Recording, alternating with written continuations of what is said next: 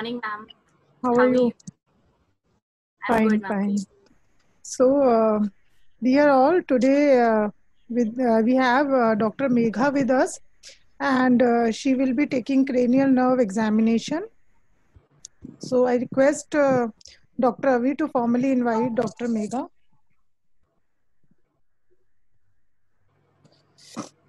A very warm good morning to one and all present here. I am Avi Chaudhary, working as Assistant Professor at Banarsi Das Chandiwala Institute of Physiotherapy. On behalf of BCIP, I would like to welcome you all to next part of Alumni Talk series. We are here to discuss cranial nerve examination. Today we have with us Dr. Megha Seni. Thank you, Dr. Megha, for joining us. Dr. Megha is a well-trained and quality-focused neurophysical therapist working in the field of neurotranslational research as a scientist at IIT Delhi. The major area of her work is exploring the fundamentals of neuroscience in context of human body in general and pathology, thereby establishing the role of technology augmenting the process of neuroplasticity. At present, in collaboration with All India Institute of Medical Sciences, New Delhi, she is conducting a clinical trial on stroke patients using robotic exoskeleton. Her work on clinical trials of stroke patients has been published in international journals. Now, I request Dr. Megha Seni to kindly take over the session and enlighten us with methods of cranial nerve examination. Hello. Good morning, everybody. I hope you all are doing well. Today, I would like to first express my gratitude to Banasidas Chandiwala Institute of Physiotherapy for providing all of us this wonderful interactive session opportunity.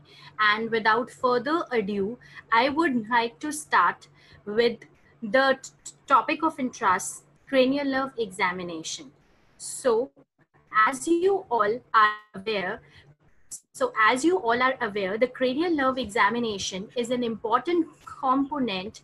Cranial nerve examination is an important component of the neurological system examination. And if we say that the the nervous system is broadly classified into the forebrain, midbrain, hindbrain, and the spinal cord. If we just see, the forebrain is further classified into telencephalon and diencephalon, midbrain, and then hindbrain is further classified into metencephalon, the pons and cerebellum, and the myelencephalon, which is the medulla oblongata. Now you might be thinking why I am just going about the basic neuroanatomy, because the cranial nerve examination is an important aspect of the nervous system examination, and they are arranged from rostral to caudal end. So just to give a brief overview, this was the basic of the neuroanatomy of the nervous system. So if we just give a brief introduction of cranial nerves, we will see the cranial nerves are basically cranial nerve 1 to 12. So there are 12 pairs of cranial nerves present in the human body.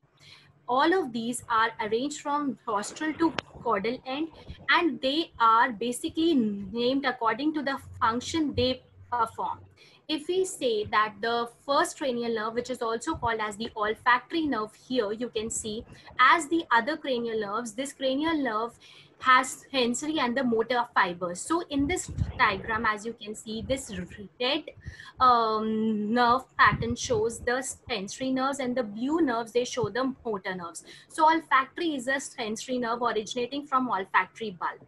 Then you have the optic nerve, which is for the vision, and the oculomotor, trochlear, and abducens, which is third, fourth, and sixth nerve, which is responsible for the eye movement and everything which is related to the vision, as well as the reflexes associated with the vision.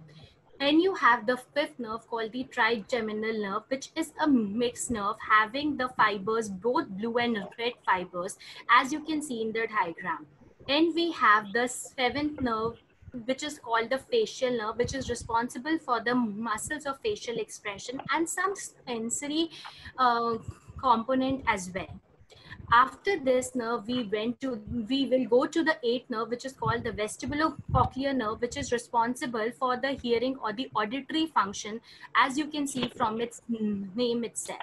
Now the ninth nerve, called the glossopharyngeal nerve, is here, which is associated with the functions of the tongue and the pharynx, which is described in the name. And then we have the vagus nerve, which applies to the major visceral organs of the human body. After that, the 11th nerve, accessory nerve, spinal accessory nerve for the muscles, which we will discuss in great detail in the examination part. And then we have the hypoglossal nerve, which will also supply the intrinsic and extrinsic muscles of the tongue. So like any nerves, if you can see here in the diagram, this is the ventral part of the human dissected brain. So as you can see, all the nerves originate from this part of the brain except the trochlear nerve. Though you can see here in the diagram, the trochlear nerve is also here, but it is actually present. If you can just focus on this arrow, it is actually present behind. So dorsal nerve among the cranial nerves is the only nerve which is originating from the dorsal surface of the brainstem.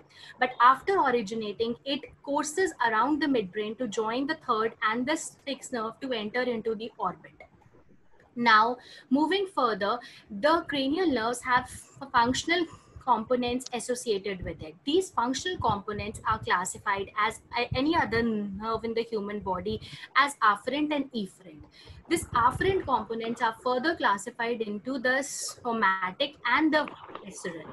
And efferent are also classified into somatic and visceral. And then somatic and visceral are further again classified into the general somatic afferent, the special somatic afferent, general visceral efferent, special visceral afferent, general visceral efferents, general visceral efferent, and the special visceral efferent. So these all components of the nerves, they basically supply the highlighted nerves, which I have described here in the box. This somatic component basically supplies it carries the sensation from the sensory organs to the CNS, and the efferent, it will basically provide the motor outputs in the area of the extraocular muscles or the visceral organs of the body. So if we see here this particular diagram, in addition to the components of the cranial nerve, we also have something called the nuclei of the cranial nerve, which is very important. And they are also arranged in the form of the functional column only. So if we can see, for the ease of the understanding, this diagram is apt because it has divided the motor components into the right side motor nuclei and the left side human dissected brain, which shows the right side sensory nuclei.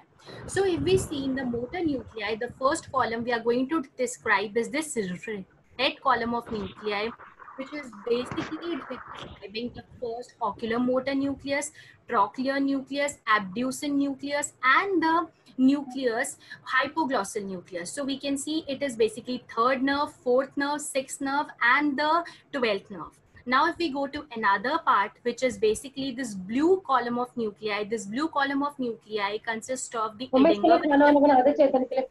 consists of the crimatary nucleus, the motor nucleus of the it includes the superior salivatory nucleus, which supplies all the salivary glands except the parotid gland, which parotid gland is basically supplied by the inferior salivatory nucleus. And after that, we have the dorsal nucleus of the vagus nerve, which basically supplies the visceral organs supplied by the vagus nerve. Now the another component, functional component, will be this purple column, which is basically called as the general visceral efferent column. So general visceral efferent is basically the motor nucleus of trigeminal nerve for the muscles of mastication, the motor nucleus of facial nerve for the muscles of facial expression, and then you have nucleus ambiguus, which is for the muscles of pharynx, etc. Now, if we go on to the another side of the brain, and we have the afferent column here.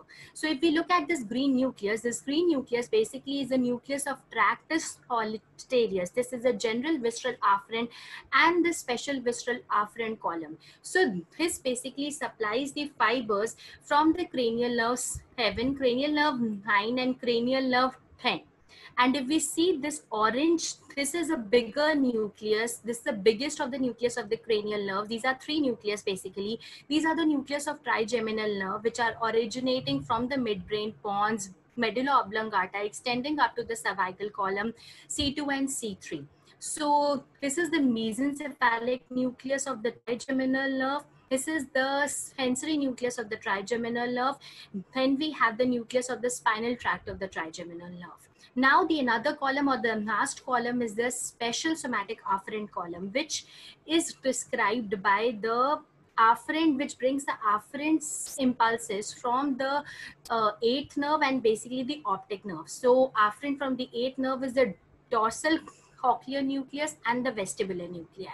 So with this functional components of the cranial nerve and the nuclei of the cranial nerve, now we further summarize all these things in this particular table. So as you can see in this table, this orange nerves which I have described here, these are pure sensory nerves. So if we look at the orange nerves, these orange nerves are the olfactory nerve, which is emerging from the cribriform plate and is carrying the SVA component, functional component. It is responsible for smell.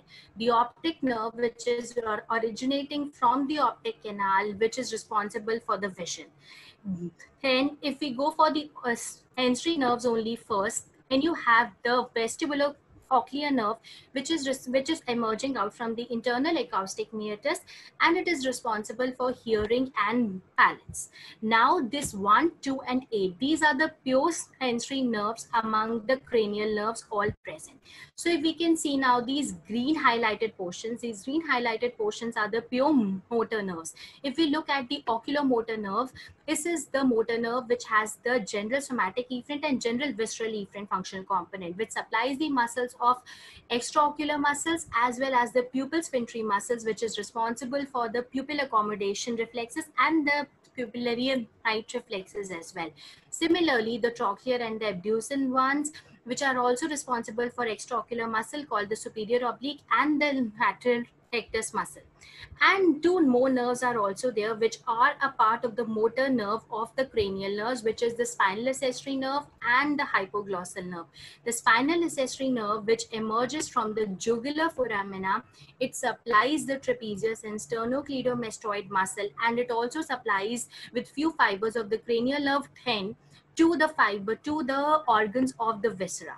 And after that we have the hypoglossal nerve. The hypoglossal nerve emerges from the hypoglossal canal, and it supplies intrinsic and the extrinsic muscles of the tongue, except the palatoglossus, which is supplied by the vagus nerve. Now if we look at the purple nerves or the purple highlights in this particular table, we can see here that first is the trigeminal nerve. This trigeminal nerve is a mixed nerve. So it has 3 branches: the ophthalmic branch, maxillary branch, and the mandibular branch. The ophthalmic and maxillary branch is a pure sensory branch which carries a sensation from the upper half of the face and the middle half of the face. That is the scalp and the forehead, cheeks, eyelid, lower eyelid, nasal mucosa, upper lip, upper teeth, and the palate, and the mandibular division, which has 2 functional components, which are the general somatic afferent and the special visceral efferent. General somatic afferent, anterior 2/3 of the skin of the mandible here, and the special visceral efferent, which is for the muscles of mastication. Now if we go to another mixed nerve, which is the facial nerve, which emerges from the internal acoustic meatus, stylomastoid foramina. It contains a various functional component. It contains the afferent fibers, which carry sensation from the tongue, from the outer part of the external ear, from the muscles of, and it carries the efferent sensation to the salivary glands, mucous glands of the mouth and the nose, and also the muscles of facial expression.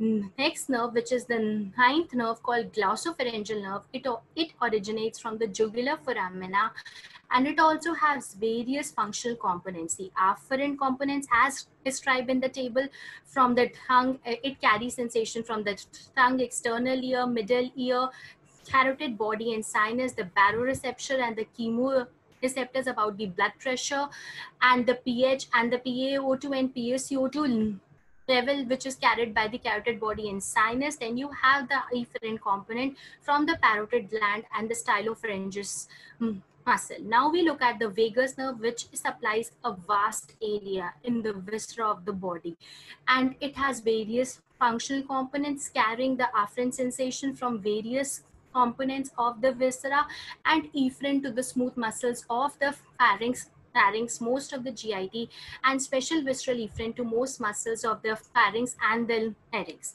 So with this background, now we have to move upon how do we examine all these nerves? What are the parameters of examination of these nerves? So we can just see the first nerve, the olfactory nerve, which was the fourth sensory nerve.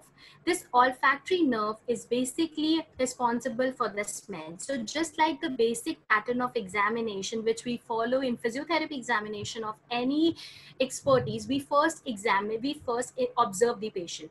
And we first observe the patient, and then we ask the patient certain questions to ascertain what we are going to assess.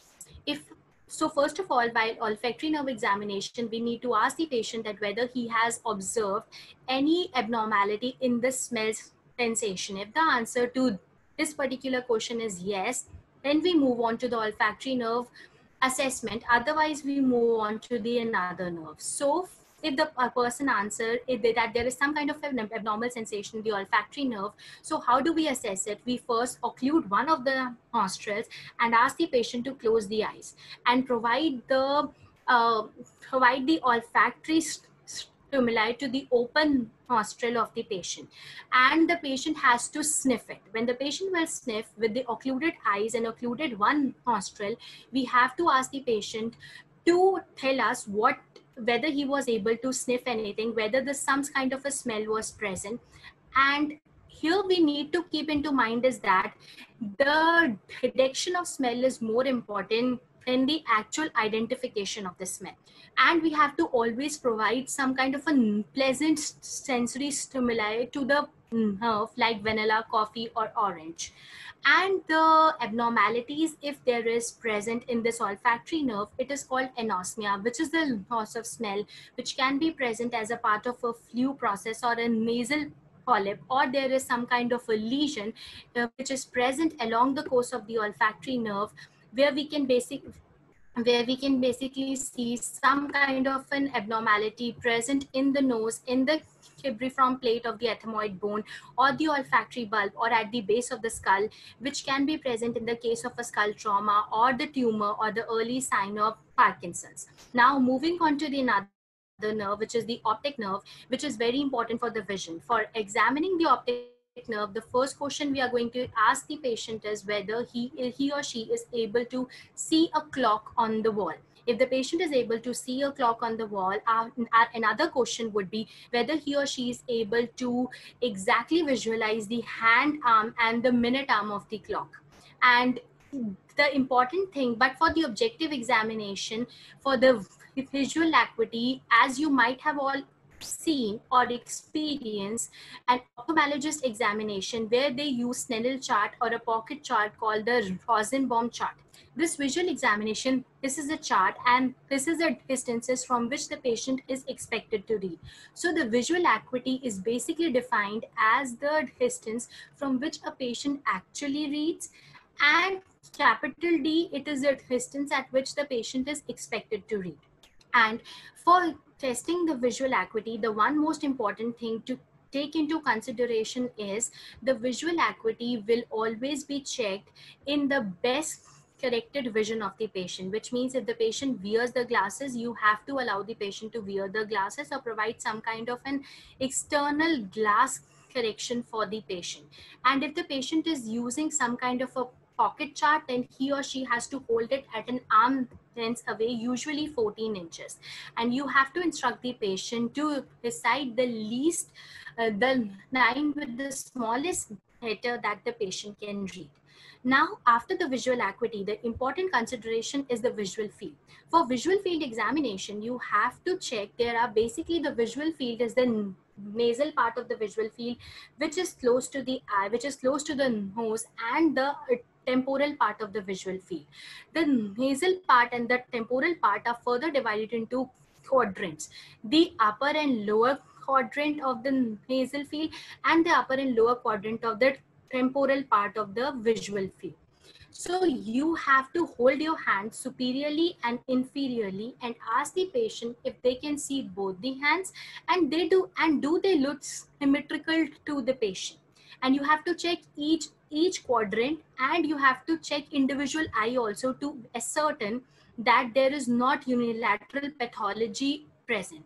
Like, you can ask the patient that whether the patient is able to see the finger in the quadrant, and how much and how many finger are you pointing to the patient in all the quadrants, like the superior quadrant, inferior quadrant, now the inferior inner quadrant, the superior inner quadrant.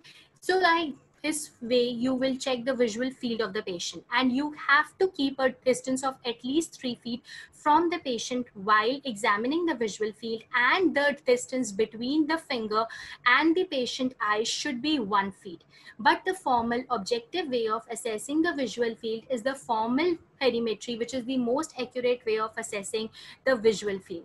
Now we move on to the fundoscopy. So the things which we dealt initially was visual acuity, the visual field, it was the external component. Fundoscopy will basically emphasize on the internal structural integrity of the optic nerve. Here you have emphasis on the optic retina, and you have to check, you have to ask the patient to look at the ophthalmoscope, which brings the macula in the focus, and you have to look for any abnormalities, any torsional abnormalities in the veins, or you have to check for any hemorrhages or exudate patches in the disc, which can be a sign of focal ischemia, which can be present in disorders like diabetes and aging as well. Now we move on to the important component of the optic nerve examination, which is the reflex component of optic nerve. So for reflex, for first thing we have to check is the integrity of the pupils. So pupil integrity is basically checked by the size of the pupil, the shape of the pupil, the equality of the pupils in both the eyes, the reaction, how they respond to them. Pupillary reflex is if you show a light in one side of the eye, it will cause the constriction in both the eyes. But if you see this diagram, which will basically provide the reflex arc of the pupillary reflex, you can see that the afferent impulses go from the optic nerve, impulse from the optic nerve to the testicle nucleus on the ipsilateral side and the contralateral side as well. And from the Edinger vestigial nucleus, it will go via oculomotor nerve to the ciliary ganglion, which you can see here, and it will cause, and it will go further to the sphincter pupillary muscle, causing the constriction. So when there is a lesion of the left optic nerve and you provide the eye source to the left side only, you will see no constriction on either of the pupils. But if you will provide, and if there's a lesion of the left oculomotor nerve and you provide the light source on the left side of the eye, the constriction will be present on the right side of the right eye, because the efferent pathway of the right eye will be present as a consensual reflex, but the same side oculomotor nerve will be affected. Now we move on to the another nerve. Now we move on to the another nerve, which is called Now we move on to the another reflex, which is the accommodation reflex. So accommodation is basically seen as a triad. It's a near triad. So near triad basically comprise on whenever you move an object close to the eye, there is the convergence of the eyeball. In addition to the convergence of eyeball, the pupils will constrict and the hence will increase the convexity to make the image centered at the fovea. So this is the accommodation reflex. This near triad highlighted in this green is very important for the accommodation reflex. Now we move on to the oculomotor, trochlear and abducens nerve. These nerves are basically tested simultaneously because they have various functions which intermingle with each other. So these supply, basically the first point is inspection and the ocular alignment. So inspection is basically you have to check for the ptosis or the drooping of the upper eyelid, which is supplied by the levator palpebrae muscle, which is a branch of the oculomotor nerve. Now you have to check for the reflection of the light source. It should be at the same point in both the pupils. Now you have to check for the extraocular range of motion, which is basically with both the eyes open, the patient has to follow the target, which is called the Version's movement. And there are 6 principal positions of gaze according to the 6 extraocular muscles present. And any misalignment in these position of gaze will result in diplopia or the double vision. And if you see any kind of misalignment, then you have to check one eye at a time by excluding another eye. So that process is called ductions. So as you can see here, these are the extraocular muscles present. The first one is the lateral rectus muscle, which is providing the abduction of the eye. Then you have, which is applied by the abducens nerve. Then you have the superior oblique muscle. This superior oblique muscle will provide the eye, superior oblique muscle will cause the eye to move up. Superior oblique muscle will basically cause the eye to move up and inwards. So it is applied by the trochlear nerve. Except the lateral rectus and superior oblique muscle, all these 6 other muscles, which is the superior rectus, inferior rectus, medial rectus and inferior oblique, these all other muscles, they are supplied by the oculomotor nerve. So the medial rectus will move the eye inwards, lateral will move the eye outwards, inferior rectus will basically move the eye in and out, and superior will move the eye up and out. The superior oblique will move the eye down and in. Inferior oblique will move the eye up and out. Now we move on to another important mechanism of testing in the visual examination, which is the supranuclear gaze system. This gaze mechanism is important because it will ensure that the image which is being formed by the visual system is centered or maintained at the fovea of the retina. So it has various other components as well. So testing the saccade, smooth pursuit, optokinetic, nystagmus, and the vestibulo-ocular reflex. These are part of the supranuclear gaze mechanism. So if we talk about this saccade mechanism, you have to test by holding both the hands approximately 3 feet apart, and you have to instruct the patient to look at the fingers that is wiggling without moving the head. You have to keep your head straight, and you have to just move your vision from one target to another target. And in this movement, the movement should be quickly, it should be smooth, and the patient should be able to accurately jump from one target to another.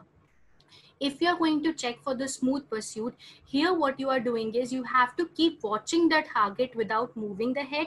And after that, you have to move the target slowly from side to side, up and down. Like if it is a target, and I have to keep my head stable. And another thing is, and after that, I have to keep on moving the target, and I have to just keep on hooking the target. Initially in the saccade, the target was also fixed and head was also fixed. You just have to move the eyes.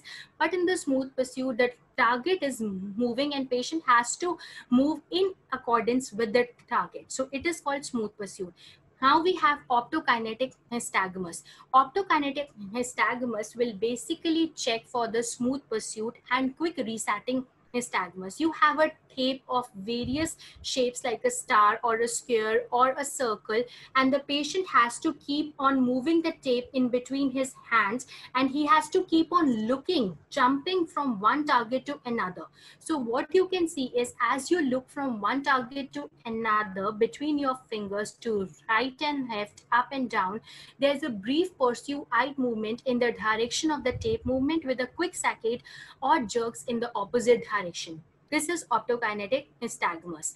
Now you have the vestibulo-ocular reflex, which is an important reflex. Here you have to ask the patient to visually fixate at a particular object in front of the patient, and then you have to rapidly turn the head of the patient. So as you can see, if I'm turning my head to the left side, I have to fixate my object to the front, so my eyes will move in the opposite direction to the head movement.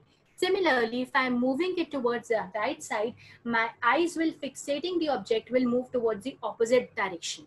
So this is the vestibular ocular reflex. So you have to check the vestibular ocular reflex integrity as well as a part of visual system examination. Now we move to the major nerve called the trigeminal nerve, which is a mixed nerve.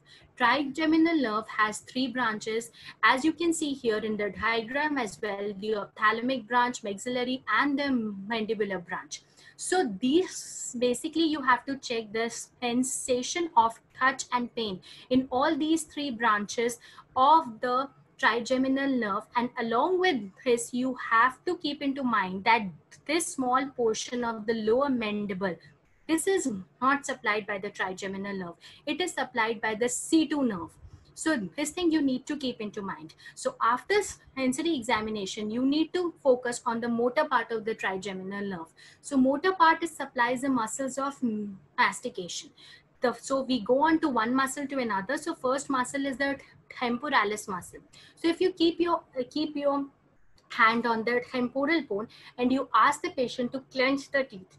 So if you all can see, you can feel the muscle contracting here. So this is that temporalis muscles of which is one of the part of the muscle of mastication. Now you move the masseter muscle. For the masseter muscle, you have to ask the patient to basically clench the teeth, and you can feel the muscle here. So this is the masseter muscle holding its anterior and posterior borders. Then the thyroid muscle, you have to fix the head of the patient and you have to open the mouth, and you have to ask the patient to open the mouth against the real thyroid and matter-thyroid. So if I'm opening the mouth against the resistance, I can see the thyroid muscles here.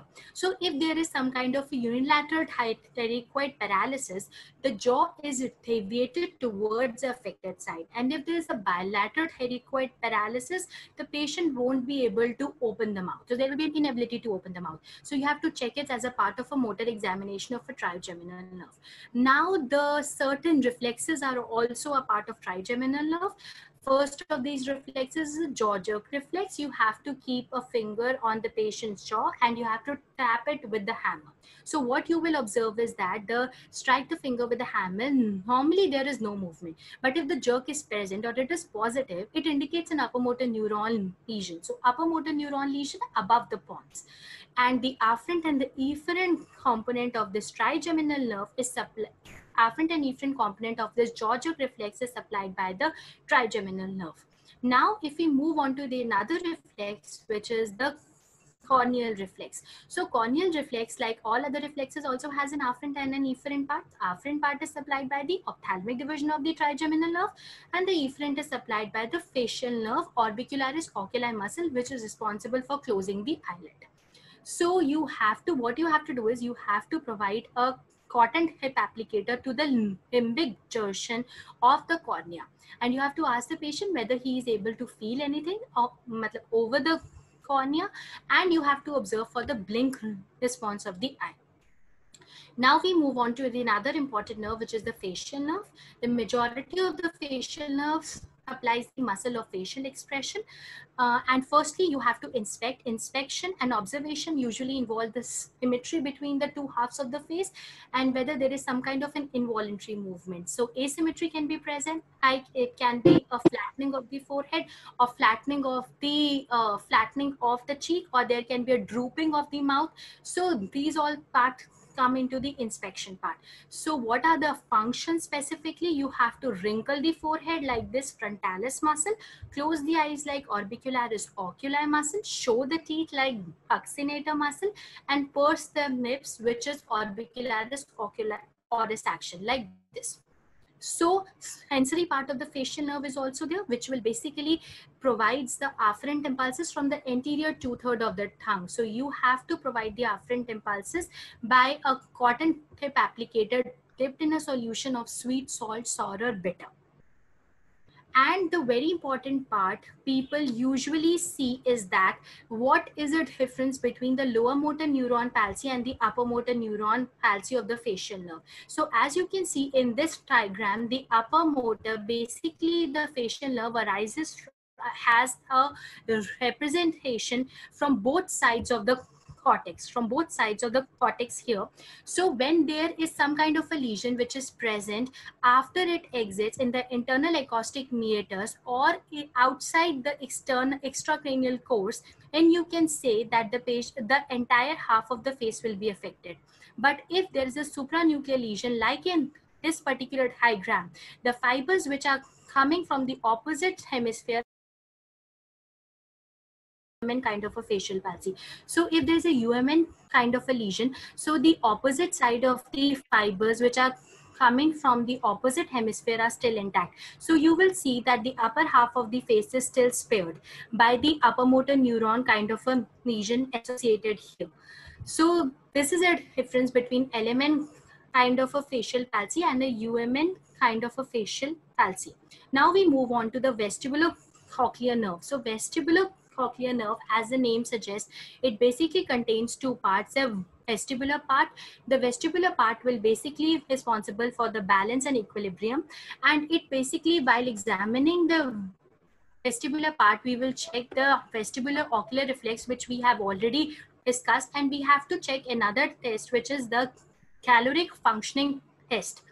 This test is further used in the patients who have some kind of a vertigo or balance problem, or in the patient who are in a comatose state as a part of the brainstem functioning. So as you can see in this particular diagram, when we are injecting a cold water, the eyes will deviate to the side of the cold water. And if we are putting a hot water, it will deviate towards the opposite side. And abnormal caloric reflexes, eyes won't deviate to any of the sides. So we can see here in this particular diagram, which is there, this is for the understanding of this particular phenomena, we can say we have to first understand the vestibular system mechanism. So in the vestibular system, if we can look at here, when we inject the cold water, so just like cold air, the cold water will sink. When the cold water will sink, it will cause the inhibition of the ear fibers which are present. The endolip will move into this particular direction and will cause the inhibition and will cause the action potential generation in the opposite ear, in the opposite vestibular system, which will basically provide the impulses to the medial fasciculus towards the opposite side, and it will cause the movement towards the same side in the case of the cold water. Like this slow movement will basically happen towards the left side if you will inject the cold water from the left side, because the left side vestibular system will get inhibited. And in the case of the warm water injection, this right, if you are providing the warm water in the left side, this warm water will basically activate the left side vestibular system, and it will provide the opposite response to the eye, and the eye movement will occur slowly on the opposite side. You might have seen, or you might have seen your teachers giving you this mnemonic, that is COWS, that is cold water is opposite and warm water is same. His is basically for the nystagmus, but the actual water mnemonic will be cold water will be same, which is slow phase, and the warm water will be opposite, which will be the slow phase towards the side of away from the side of the warm water application. Now we move on the cochlear part of the vestibular cochlear nerve. So vestibular cochlear nerve, cochlear part is basically the auditory acuity, which means the loudness of the sound and the clarity of the sound. And for this, first what you have to do is you have to rub your fingers across the patient ear and ask the patient whether he or she is able to hear something or not initially as a part of initial examination, individually in both the ears. And after that, you have for objective examination, you have to check by the Weber's test and the Henne's examination. So Weber's test, what you will do is you will strike a tuning fork and then put it on the middle of the scalp, and you have to ask the patient whether the sound is same in both the ears, which should be in the normal case scenario. But when the patient will have a unilateral neurosensory hearing loss, then it will hear best in the normal ear, because the nerve fibers to the affected ear will be damaged. So he will hear more sound in the normal ear. And if there's a unilateral conductive hearing loss, the patient will be hear the sound best in the abnormal ear, because there will be no disturbance from the external sound in the affected ear. Now we have to go on to the Henne's test, which basically compares the bone conduction with the ear conduction. Bone conduction is basically checked by tuning the fork on your hand and then putting it across the mastoid process and asking the patient whether he or she is able to feel anything. And then you immediately put it across the internal acoustic meatus and ask the patient whether he or she is able to feel anything. Normally, the ear conduction, which is here, which is seen in the diagram C, will always be better as compared to the bone conduction. But when there is a neurosensory hearing loss, the ear conduction is greater than the bone conduction. And in the conduction hearing loss, when bone conduction will be greater than the ear conduction, because ear conduction is excluded by some kind of an obstruction or some kind of a trauma. Now we move on to the glossopharyngeal nerve. This glossopharyngeal nerve is also a part of a mixed nerve.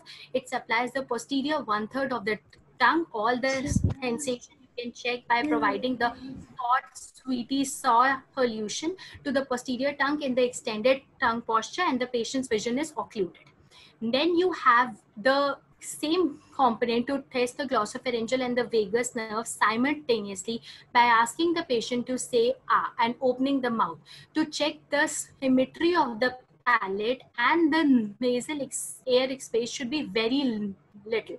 But if there is a unilateral weakness, the uvula will deviate towards a weak side, towards a the away from the weak side, because the stronger side will pull it towards itself. And in the bilateral weakness, there will be no palate elevation and there will be marked air exchange. When we see what is the gag reflex, which is also an important component of the glossopharyngeal and the vagus nerve examination. So glossopharyngeal has an afferent branch from the vagus nerve, 9 glossopharyngeal nerve, and the efferent part from the vagus nerve or the 10th nerve. It is basically examined by touching the back of the pharynx with a tongue depressor and watching the depressor, watching the elevation of the palate. So these are the various structures which are responsible for gag reflex: the anterior pillar, the posterior pillar, the uvula, the tongue, and the tonsils of palatine tonsil.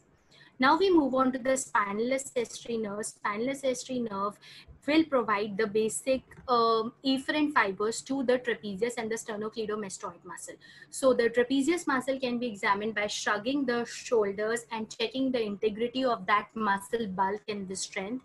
And after that, you have to check for the sternocleidomastoid by naturally flexing it towards the left side and rotating it towards the opposite side.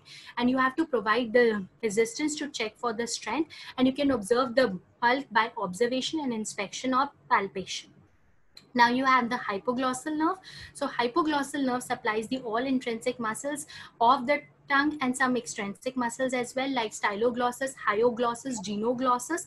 And you have to check for the integrity of the tongue, whether there are some kind of abnormality in the tongue, some kind of flickering movement in the tongue, or wasting of the tongue is present. And when you ask the patient to protrude out the tongue, it will deviate toward the height of the lesion. So these was the basic examination of the cranial nerves. But in this present scenario, what we have observed is, like in the COVID scenario, initially when the patients were coming in the March and April months, the COVID was first of all suggesting that it was a pure respiratory syndrome, and people were focused on respiratory assessment and management. But over a due course of time, they have also analyzed and see that neurological manifestations are also there as a part of COVID manifestation. So there are two papers which describes the neurobiology of COVID-19. So here in this abstract, you can see that there are various manifestation of COVID-19 on neurological system. Anosmia can occur, stroke can occur, paralysis can occur, and cranial nerve abnormalities can also occur as a part of COVID syndrome. And also there was another paper which was basically seeing that the cranial neuropathy soon after the COVID-19 onset. So there were two patients, one was in the middle age and another was an older elderly patient. So the middle age person was having the cranial nerve third palsy, abducens palsy, and he was having the hyporeflexia, hypostasia, and gait ataxia. And this 71-year-old patient, she was also having fever, chest, and the cardinal signs of the COVID, which were followed by the neurological system manifestation.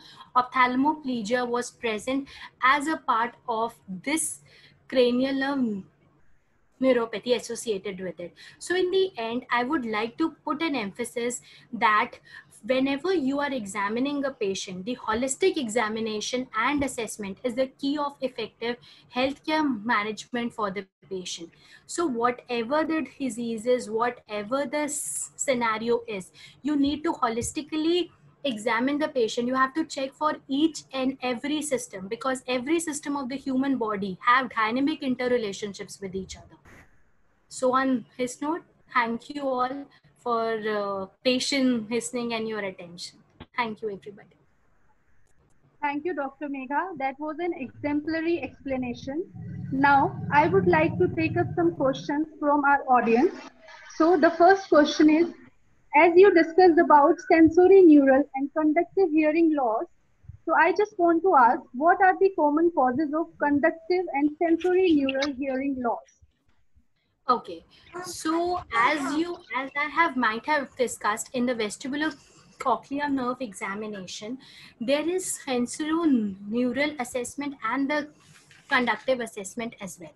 So if we talk about this sensory neural assessment, as the name itself describes, it is basically associated with the nerve involvement. So whenever there is some kind of there's some problem in the inner ear, which will basically prevent the impulses from going from inner ear to the auditory cortex, this will basically leads to the abnormality of this sensory neural hearing loss.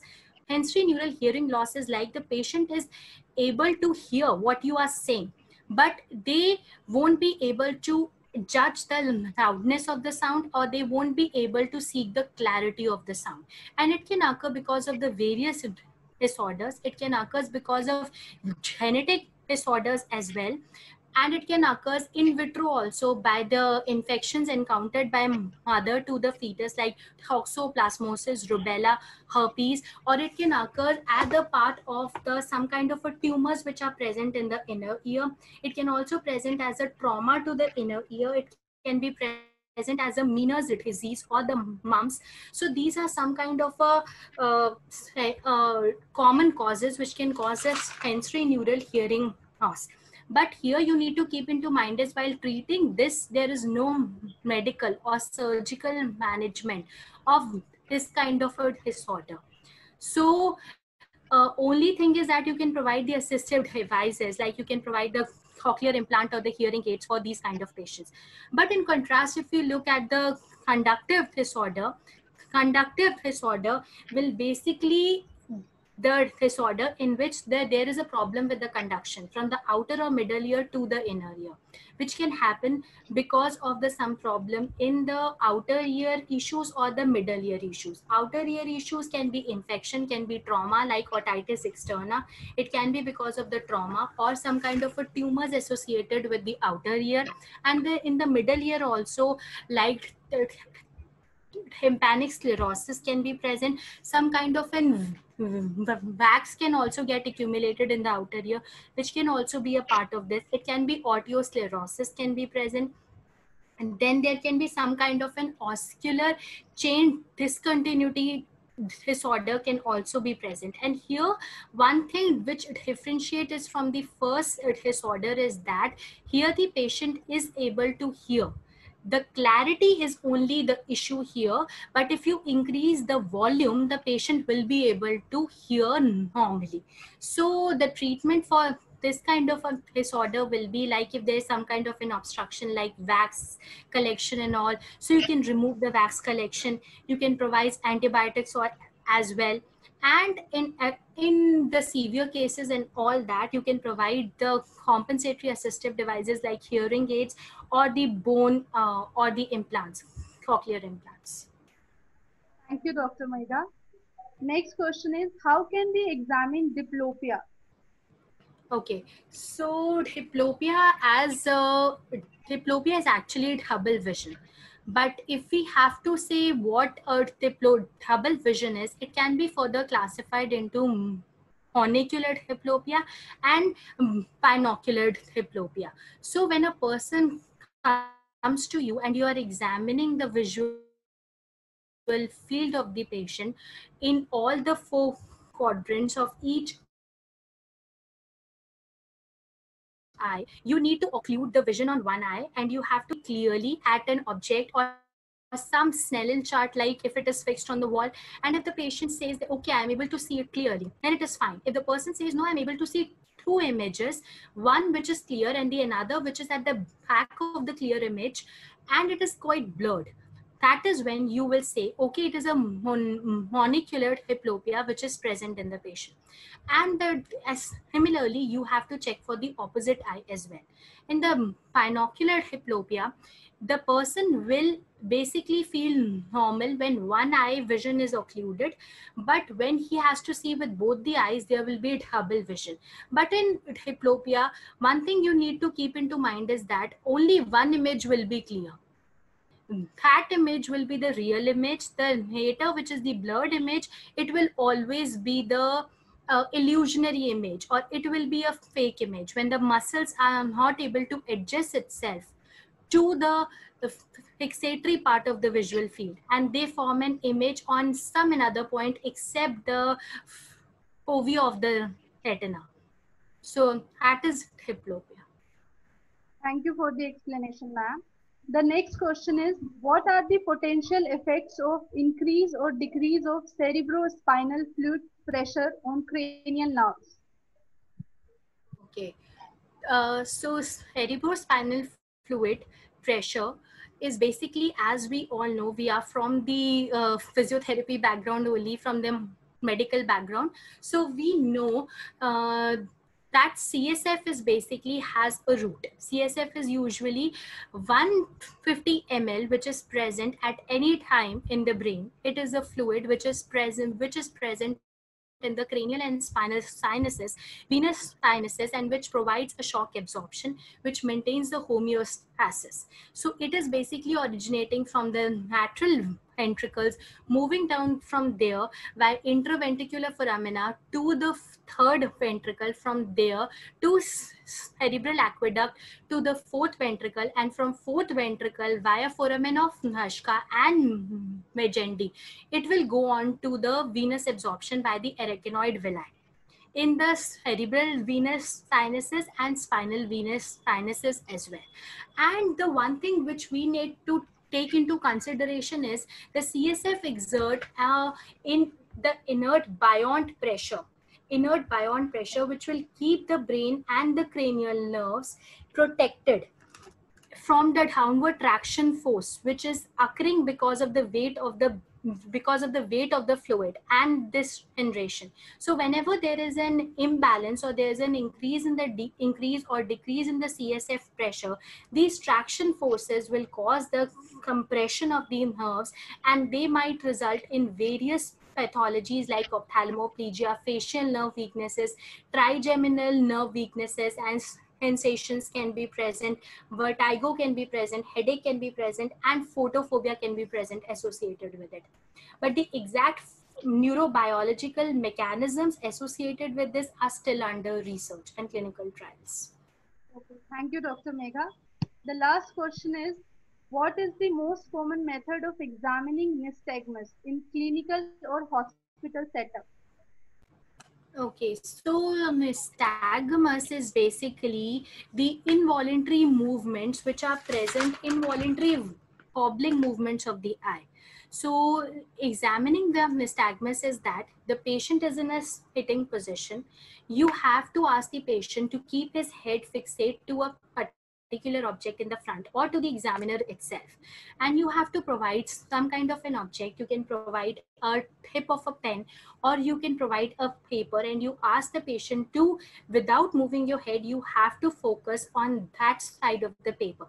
And when the patient is focusing, you have to check for any involuntary movements, either on the opposite side, either up and down, or either torsional movements, because nystagmus is classified further into horizontal nystagmus, vertical, or torsional nystagmus.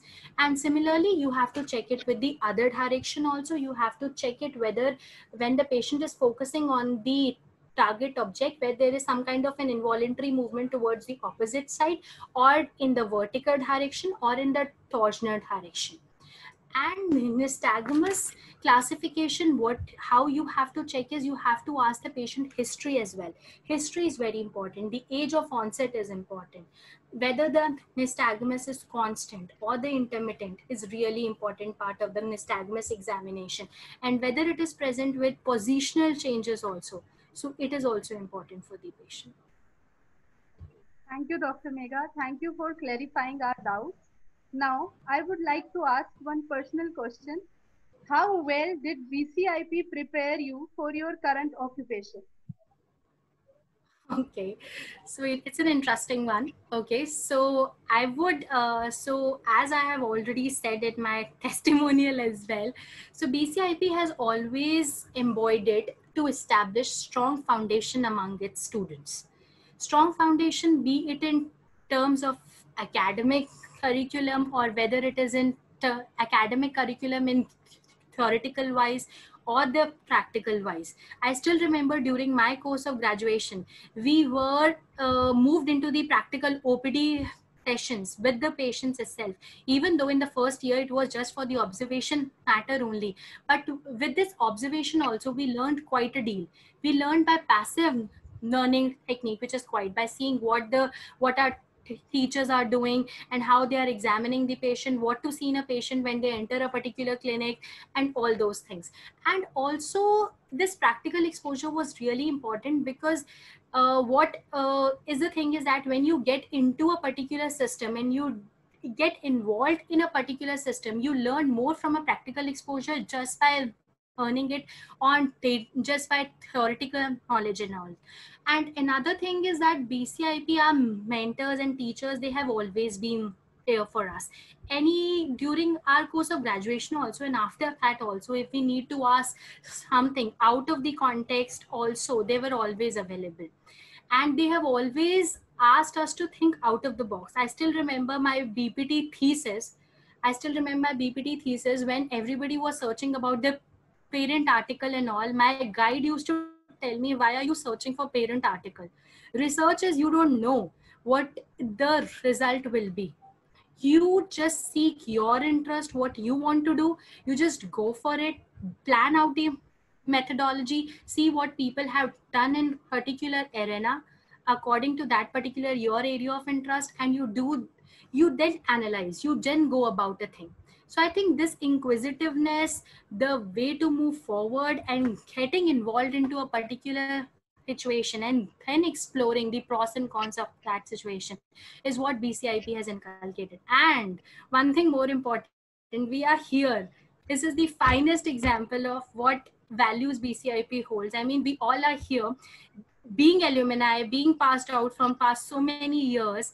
BCIP has always paid endeavors and provided us all these opportunities to come on a common platform and share our experiences wherever we are from around the globe and whatever we are doing. So I think this is a great initiative. Thank you, Dr. Megha. It was such a pleasure having you as an esteemed resource person. On behalf of BCIP, I would like to thank you for enlightening us. Thank you so much, Dr. Megha. Now I request our audience to kindly subscribe our official YouTube channel for study material, informative lectures, and many more things. Our next webinar is on 1st of July, and the topic would be muscle length testing.